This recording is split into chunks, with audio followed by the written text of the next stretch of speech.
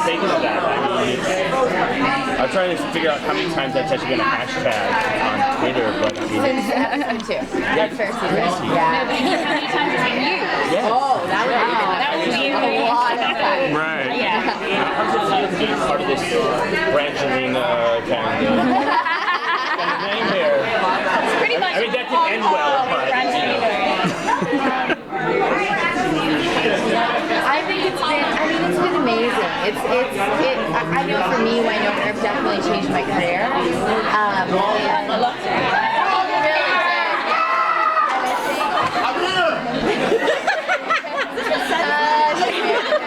I think to be part of it, well, it's an honor. It's a privilege because I think WayHaught came around in a time where, especially in the LGBT community, we really were desperately needing that representation. And it was like a beacon of positive light. And 2016 was a really bad year for LGBTQ characters. And I think I consider it quite an honor to be a part of WayHaught. And I think WayHaught also includes all of our writers and our whole show, all of us on Wynonna Earp. It's a show that is like a champion for this amazing community, and I wear it kind of like a badge of honor. We're so lucky, honestly. Whenever I have anybody from the LGBT community thanking me, because there are so many wonderful people out there that send emails, and it really means so much to them. And I was saying at the party on Thursday, Friday. Thursday? What day is it? No, I'm joking. But I was saying to them, every time somebody thanks me now, I'm like, whoa, hold up. Like, I'm the one who has to thank you guys for being so accepting of us, you know, and just like opening their hearts to accepting us as and us as a relationship, and just getting on board and understanding exactly what Emily was trying to do. And giving us their heart, really. Oh, yeah, and their trust too, because I think it's a big thing for that community to really trust and then feel free to put their love into another relationship. One of the things I like so much this season is that you guys aren't just happy all the time, you have ups and downs. Are we going to see more of that as the season progresses? I hope so, or we're not going to be making good TV. But I think now it's nice that, you know, Nicole and Waverly definitely, I think it was tough for them with the Gooberly thing, and it was hard. It was a really hard thing to navigate. But I think now the show is definitely, we've shifted our focus onto the baby, and the baby kind of becomes very central moving forward, and how we're going to manage and take care of this new child. And I think it's a really beautiful thing for everyone. Takes the focus kind of off of themselves as characters and puts it into the protection of the child, which is quite beautiful. But I think, going off your question, this season feels much more real. I think on the whole with everyone, and I think that's, you know, season 1 you're setting up so much, you have to really establish who these characters are. Waverly's always fun and bubbly and whatever, and then going into second season you can really just expand on what you've already built, so you're seeing different types of people and you can go deeper, and I think that's what every single relationship, including the WayHaught relationship, just goes deeper. We go on to that next level, so yeah, you will see slightly different, slightly More settled, more established. yeah. But with that comes different challenges. Yeah. And great challenges. You know, it's exactly what any new relationship has to go through. You know, it's real. Was it fun for you to play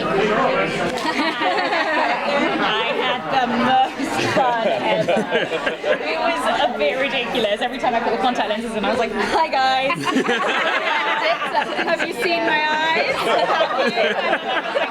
We're over it now. We've seen them quite a few times." I'm like, "Are you sure? Are you sure? Look how cool they look."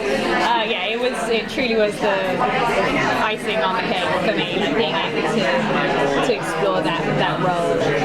And like I was just saying, it's like complete opposites, which makes it so much more exciting. Because Waverly is always positive, you know, striving for positivity despite maybe not being always happy. She's always trying, whereas this was like she was fighting something that was a complete reverse, which was a cool dynamic to play with. Yeah. You had to eat some gnarly stuff. What was that made of? Well, actually, the spider originally written as raw chicken. Of what? Raw chicken. Yeah. And it was so funny. So they made the spider so much better. Yeah. I could take a spider overboard. I'm a vegan, so I was like, raw chicken. But it was really funny when we read this. We get the episodes sent to us, and we read them over the weekends most of the time. And I got an email from Mel linked with Emily and like a couple of the other writers going, "Is it bad that I think this is the funniest thing in the whole wide world? Can we rehearse this scene? Get the raw chicken out." Because she just couldn't believe that of all people that had to eat raw chicken, it would be me. But yeah, so I was very happy that it ended up being a spider. It's covered in the most sticky goo you have. Was it me? Honestly, I was like, this is. Don't ask, don't tell. It was like, you sure? You know the scene when Jeremy is dissecting the spider just before, and like it's literally stringy, like it comes off like that. It was like that, and so I put it in my mouth, and it would all like congeal around the side of my mouth, and I was like, and then we had the only way of getting off was with salt water, so I'd have to then like scrub my face with salt water in between taking the.